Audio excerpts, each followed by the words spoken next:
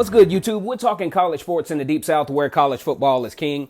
And on the plains of Auburn, the battle cry is War Eagle. Fearless and true, gang, let's go ahead and get this comment section active. Go ahead and like or dislike this video. Comment once you hear the content. And also subscribe to Vernon Speaks Sports Auburn. And as all of you guys and gals know, it is always great to be an Auburn Tiger on this particular channel, War Eagle. How exciting is it, guys? We are in week 0, dead in the middle of it.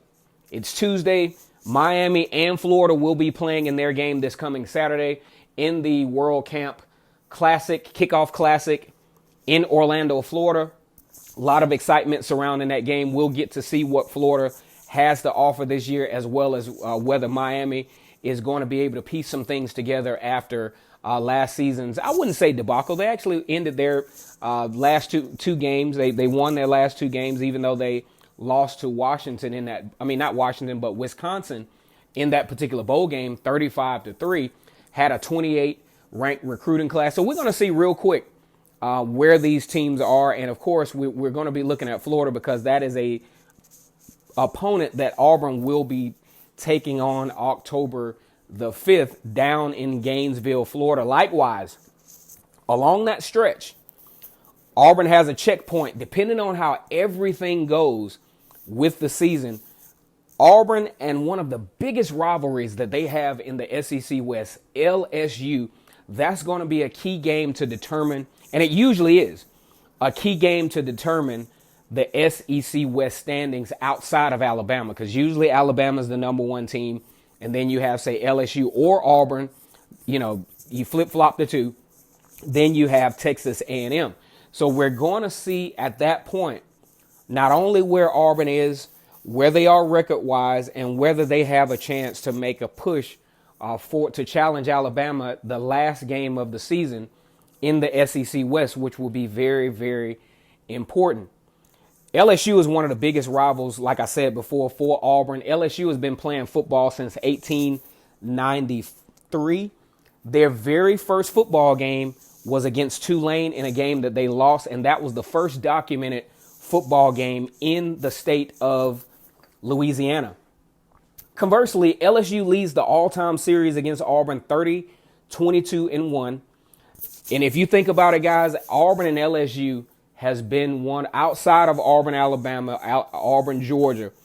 Auburn and LSU have had some of the most memorable, crazy game-ending type situations that we've seen in all of college football. One of my favorite games from the Auburn-LSU game was that 2004 season where Auburn was undefeated, had a chance, perhaps, given some voting sways one way or the other, had a chance to represent in the BCS National Championship game. But there were so many memorable games of that year, and that crazy ending where Auburn scored the touchdown and then missed the extra point, and then LSU were charged with like a very, very uncharacteristic penalty where the lineman actually jumped over the center and caused the penalty and gave Auburn another chance to kick the extra point to win that particular game 10-9. And then you had the crazy finish in 2016 where LSU actually scored the touchdown, but time actually elapsed.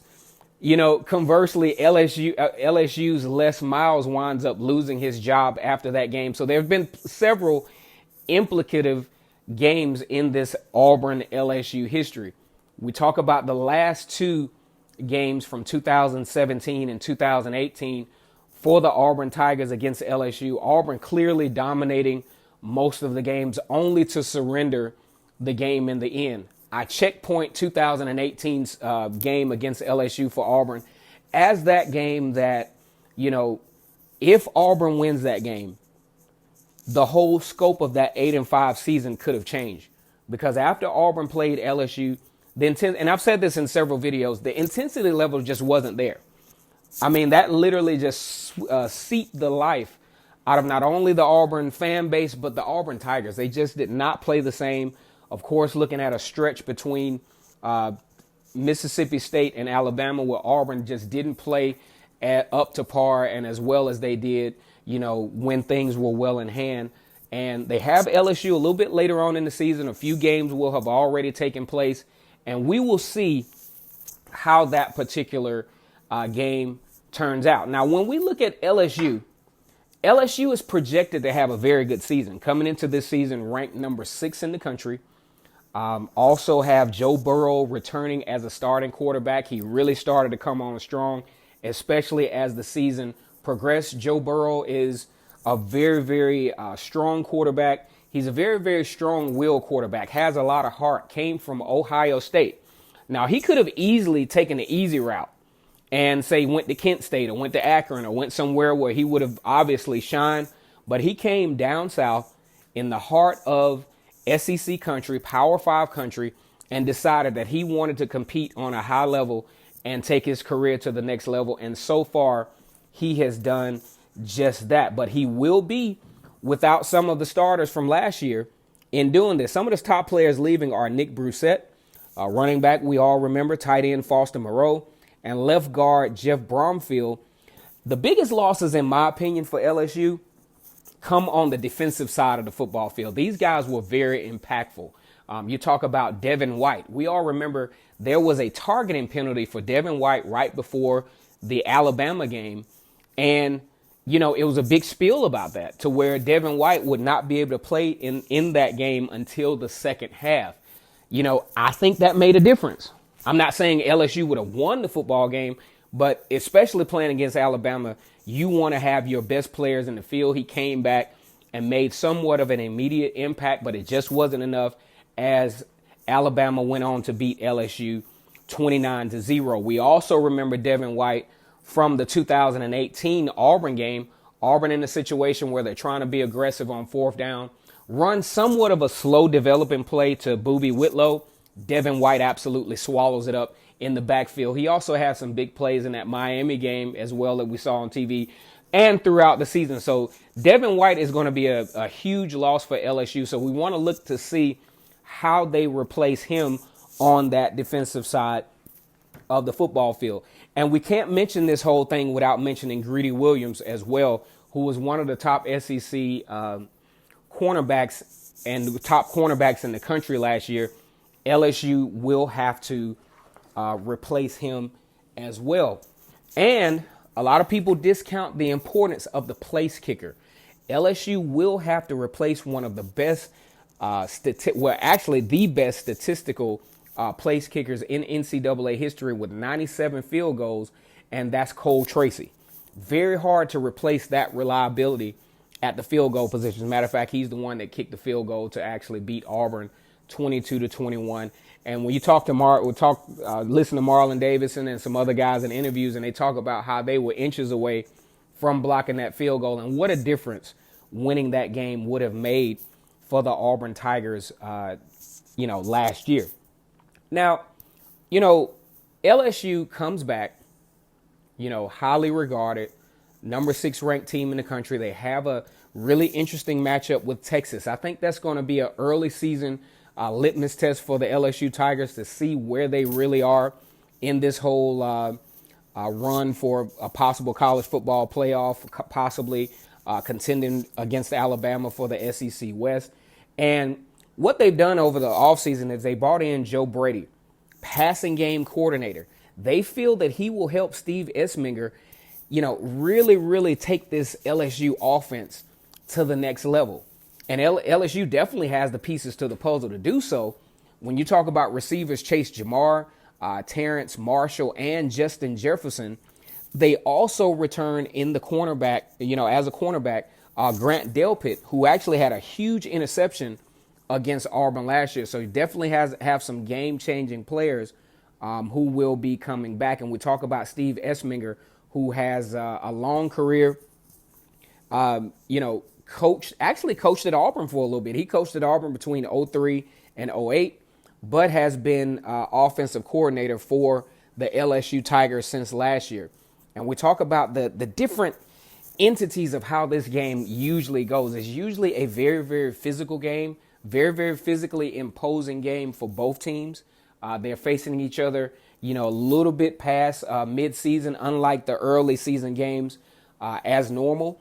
And like I said before, this will be a huge test for LSU. I'm pretty sure LSU will be well in hand to make their run. Auburn has some challenges, but could very well put themselves in a position with maybe one loss at the most coming into the LSU game. That's the best case scenario. But we all know that this is a game that, will really, really test the will of both teams. Both teams, are always usually one of the contenders outside of Alabama for the SEC West. At least that's how it's been for the last few years. And it's going to be very, very interesting to see how these two teams play one another. Auburn is looking to rebound with better offensive line play.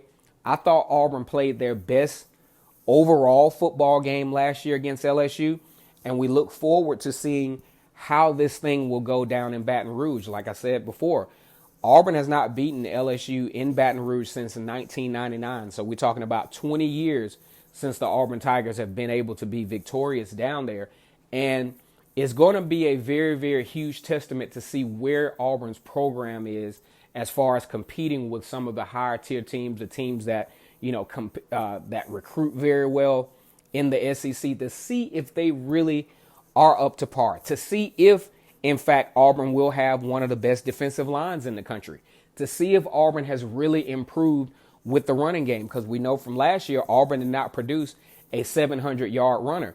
And on the other side for LSU, to see if LSU is really, really going to take this offense. That's been the biggest storyline. If they're going to take the offense to the next level to put themselves in a position to compete for a college football playoff, perhaps, that's where it's all going to lie.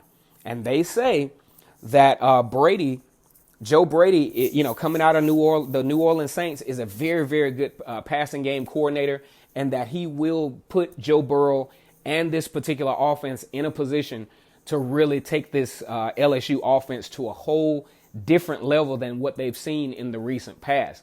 Looking very much forward to this particular football game. This is one of those games, guys, when I do my season projection, this is one of those games that I'm really iffy about.